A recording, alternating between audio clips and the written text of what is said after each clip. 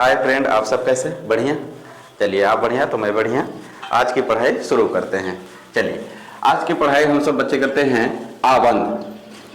आबंध आबंध जिसको आप बांडिंग कहते हैं, बांड कहते हैं। ये बच्चों बांड तीन प्रकार के होते हैं, तीन प्रकार के। पहला नंबर है आयनिक आबंध, आयनिक आबंध। दूसरा है कोवैलेंट बांड, कोवैलेंट। और तीसरा नंबर है कोऑर्डिनेट, कोऑर्डिनेट बांड। अच्छा, हिंदी में इसको कहते हैं आयनिक आबंध, आयनिक आबंध। इसको कहते हैं सहसंयोजक आबंध,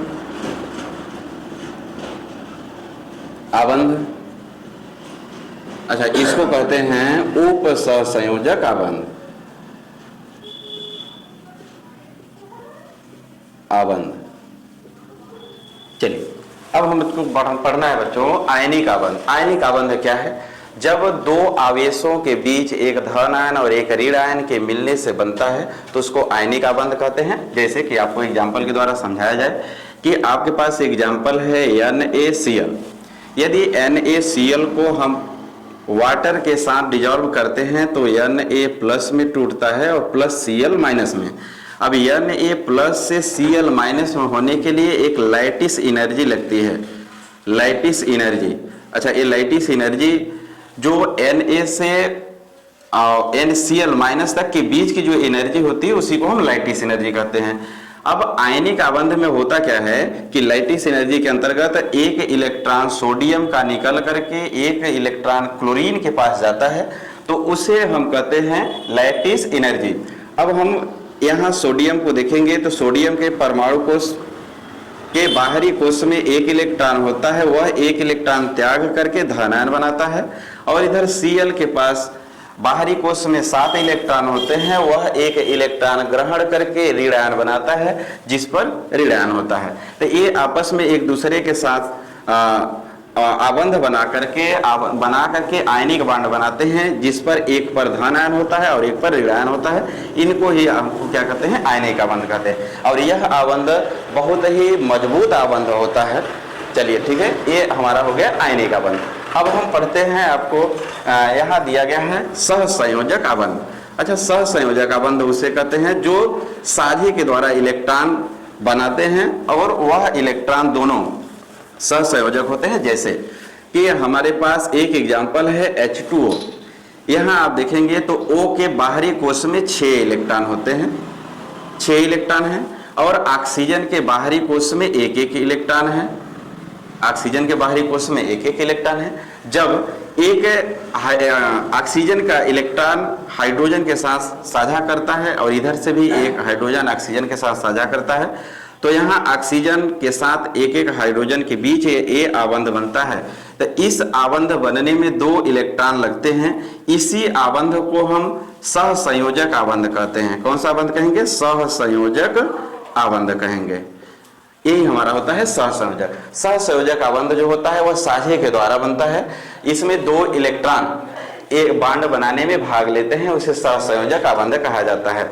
ठीक है, अब हम बढ़ते हैं उप सहसंयोजक आबंध पर। उप सहसंयोजक उसे कहते हैं जो एक तरफा इलेक्ट्रॉन साझा करता है, उसे हम उप सहसंयोजक आबंध कहते हैं। जैसे ये हमारे पास एक एग्जाम्पल है H2SO4।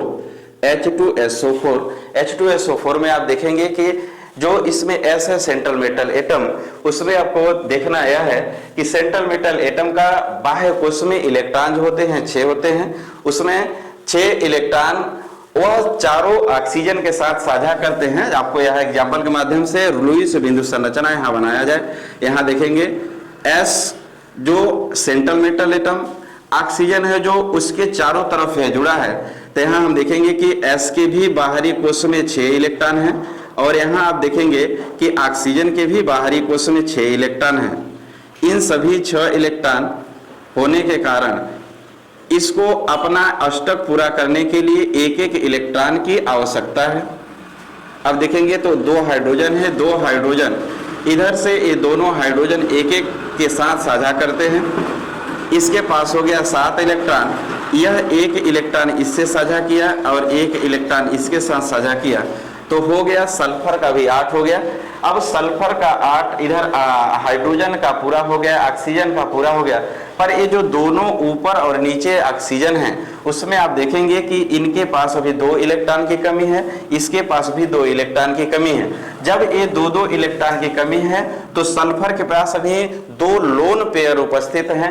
ये दोनों लोन पेयर इनको क्या करता है, एक तरफा साझा करके यह इलेक्ट्रॉन दे देता है। तो जब दिया गया इलेक्ट्रॉन होता है तो उसको एरो के द्वारा इस तरह से दर्शाया जाता है, जिसको दिया गया वो पूरा तीर नीचे होता है। इनकी आपको संरचना देखना है तो H के साथ आप ऑक्सीजन एक जोड़ेंगे, के साथ आप एक हाइड्रोजन जोड़ेंगे जो यहां से इसके साथ बना और इसके बीच बना। और इधर आप देखेंगे तो एक ऑक्सीजन है, इसके साथ एक हाइड्रोजन है और 2-2 इलेक्ट्रॉन का साझा हुआ है जो एक तरफा होता है।